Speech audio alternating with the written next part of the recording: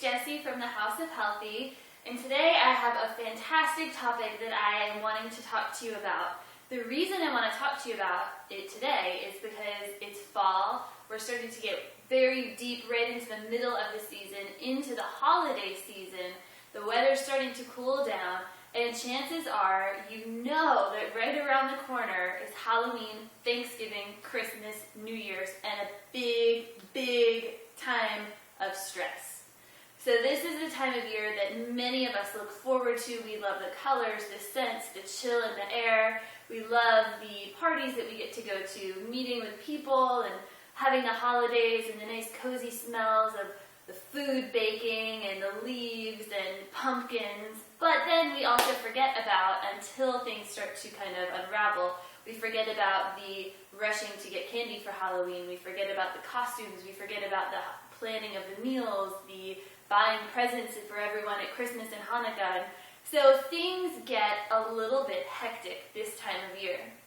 Now, I noticed for me that I'm already starting to feel some of this. So some ways that you might notice are that your thoughts kind of get a little spirally, and you might not notice it during the day, but maybe at night you feel a bit restless, even if you're sleeping. Maybe your dreams are very hectic or very fast-paced, or they just seem a little bit confusing. Or maybe during the day, you suddenly have moments where you're like, oh my gosh, I forgot I had to do this thing today. I know that happened for me yesterday. I forgot that I was supposed to be going and heading to work at a certain time. So a lot of times we start to see that our thoughts just bounce around a little bit more, or they feel a little more swirly. And this is because this is the Vata season. So in Indian medicine, their traditional system is a branch called Ayurveda. And this goes along with yoga, kind of came about around the same time. So 5,000 years ago, very, very, very long ago. There's been many adaptations in the medical field since then, but this is one of the systems that they haven't changed too much. They just slowly adapt it to modern times, and it adapts from season to season. So this is what we call the Vata season. Now, Vata is high energy, not in a sense of that you feel really energized, but that you feel almost too energized. Like you feel a little shaky, like you've had a few too many lattes, even if you haven't had any. You just feel almost a bit anxious, like there's so much stuff you need to do and you're just not sure when to get it done. You don't even remember what most of it is. And you basically feel ungrounded. Now this is because this time of year the wind starts to pick up, it starts to get a little chilled, things get a little bit more fast-paced, it's back to school, it's holidays, there's a ton of stuff going on. So today I have for you 5 ways that you can get grounded and bring your Vata back into balance.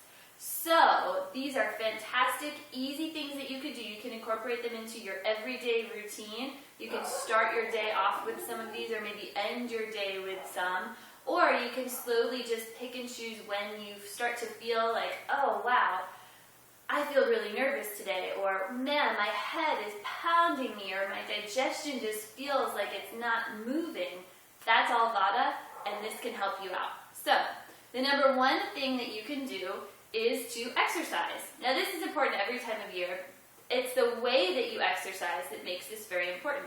Remember, we want to get grounded, which means we want to kind of bring some of that frantic energy back into balance so we feel a little bit more mellow. So you might think really high energy workouts might not be best this time of year. Now I know you're thinking like, well, what about Thanksgiving? What about all the holiday cookies and the pies? Like, I want a high energy workout. You can still do some really strong cardio and even some strong, vinyasa or flowing yoga practices, some nice strength building. But here's the thing to look for. Get grounded. So maybe take your run outside where you can kind of pound the pavement, or go out on a dirt trail and feel the ground underneath you. Maybe slow your yoga practice down and go to a hot yoga class where you have heat to warm you, and you really get that cardiovascular challenge just from being in that hot class. But you also get the strength from holding poses and settling into your feet. You can also just maybe pay a bit more attention. Maybe do a few jumps, or grab the jump rope and really feel your feet pressing to the ground and pushing you up with each jump.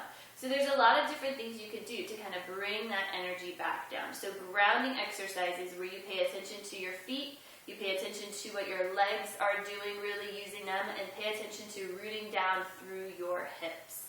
So another great thing to do is to focus on what you're eating. Now again, that's a nice basic healthy tip for the entire year. The way you want to switch it for this time of year is to focus on eating grounding foods. So maybe a little bit more protein. If you eat animal protein, you can eat meat. If you don't, switch to a little bit more beans, maybe some tofu this time of year. And also get some grounded root vegetables. So think, if you want to get grounded, eat the stuff that grows in the ground. And luckily, it's also seasonal, so it all kind of comes full circle. You want to eat what's in season to help your body deal with, and your mind deal with, what's going on outside in this season. So carrots, beets, root vegetables. You can go for squash, butternut squash soups. All of these things are really, really fantastic this time of year. And you might already be incorporating a lot of those. I mean, everybody goes pumpkin crazy this time of year, but that's perfect. That helps you bring that Vata and crazy energy back down. So another thing you can do that might not be on your normal list is to start to do some alternate nostril breathing. Now you're probably thinking, what the heck is that? So it's a nice balancing breath. If this is not, and I'll show you in a few minutes, if this is not your thing, you can also just close your eyes and take a few deep inhales and exhales, nice and even. Now alternate nostril breathing is great because it kind of clears up anything that might be in your sinuses or maybe any kind of cold you're getting. It helps you to balance out your nostrils, but it also helps you balance right and left brain. So you start to feel a little more balanced, a little less hectic. Now what you can do here, for the sake of this, we'll take our thumb and our index finger, just because for beginning this is a little bit easier. So you bring your thumb up against one nostril, and then you're going to alternate and bring your index finger against the other. So it's a deep breath in, plug your right nostril, exhale out the left, inhale through the left, and switch. Exhale through the right, inhale through the right. And you go for about 5 rounds, so 10 total breaths. And then you end with an exhale through both nostrils. It's nice and balancing. You can do it anytime. It's really subtle. You can sit in your office, close the door, take 10 rounds of that, and feel a little bit more balanced afterwards, maybe right when you wake up or right when you go to bed. Another nice thing to do is to start to use oil. So not in your cooking, but on your body. So sesame oil is a wonderful, wonderful, really high moisturizing oil that you can use. Now, I would recommend getting the sesame oil from the kind of health and beauty section of the natural food store rather than sesame oil from the food section. You can, of course, use that, but a lot of these sesame oils are toasted and you will smell like stir fry, which, of course, is a wonderful, healthy food, but it might not be what you want to go around smelling like. If you love it, go for it. Otherwise, go and get that sesame oil from the health section of your store. And you just take a little bit, oil really goes a long way, and you can rub it on your body before or after your shower. If you do it before, it helps to seal in some moisture, and if you do it after your shower, it helps to re-moisturize. Another nice thing to do is shea butter if you prefer not to use an oil and want more of a lotion. It's a nice, really deep, thick moisturizer. The reason that these are great this time of year is because it is starting to get cold, it's starting to get a little more dry and windy, and our skin starts to kind of crack and peel. So this will help keep our body moisturized. And then in turn, that'll help to moisturize deep into our tissues and get our entire system nice and good. One last thing you can do to help clear some of that frantic energy is a simple thing that we do a lot throughout the year. And we kind of come and go on this, but you may have already have a practice in this, you may not, but it's a very simple thing. Make lists. So grab a notebook or get a piece of paper and just write down, maybe every night before you go to bed, clear out your thoughts if you're having trouble sleeping and racing thoughts. Get a little journal, jot down things that you know you need to do that you might forget by the time morning comes. Jot them down in your journal and put it next to your nightstand. When you wake up, you'll have it there for you, your list of things to do during the day. Maybe you find that it's not the nighttime that you're kind of feeling the frantic energy, but it's when you wake up, you feel really stressed about all the things you have to do. go ahead and wake up, grab a nice cup of warm water, grab a tea, maybe your morning cup of coffee, and write down what it is that you want to get done during the day. And you could even have a couple lists. Maybe you do this again at, during midday or in the afternoon for the things you want to do in the evening, or you make a list of things for the week. But whatever it is, make a list. Know that this is not a 100% thing. If you don't check off everything on your list, or if you add things to it, it doesn't make it right or wrong.